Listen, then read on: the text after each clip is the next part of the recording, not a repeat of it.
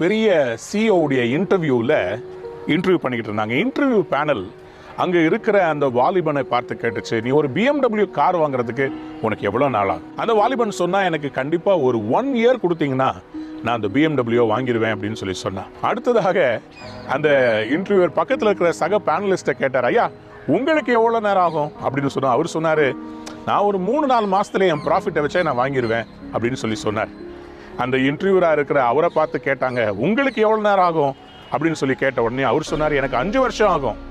உடனே அவர்கிட்ட திரும்பி பார்த்து கேட்டாங்க, ஐயா 5 வருஷம்ன்றீங்களே, நீங்கள் தான் இந்த கம்பெனி ஓனர், நாங்கள்லாம் இங்கே வேலை பார்க்குறவங்க, அவர் இன்டர்வியூக்கு வந்தவர், எங்களுக்கே 1 வருஷம் 3 மாதம் 4 மாதத்தில் வந்துட முடியும்னா உங்களுக்கே அவ்வளோ நாள் ஆகுது. அவர் சொன்னார், 5 வருஷத்தில் அந்த BMW கம்பெனியை நானே வாங்கிடுவேன் அப்படின்னு சொன்னாரா.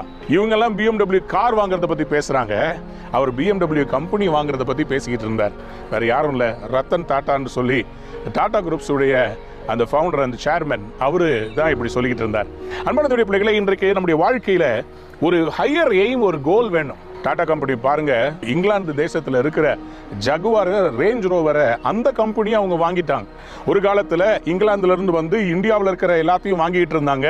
நிலங்களை, வளங்களை எல்லாம் அவர்கள் எடுத்தார்கள். ஆனால் இன்றைக்கு இந்தியாவில் இருக்கிற கம்பெனி போய் இங்கிலாந்து தேசத்திலே அவர்கள் கம்பெனிகளை வாங்குறார்கள்.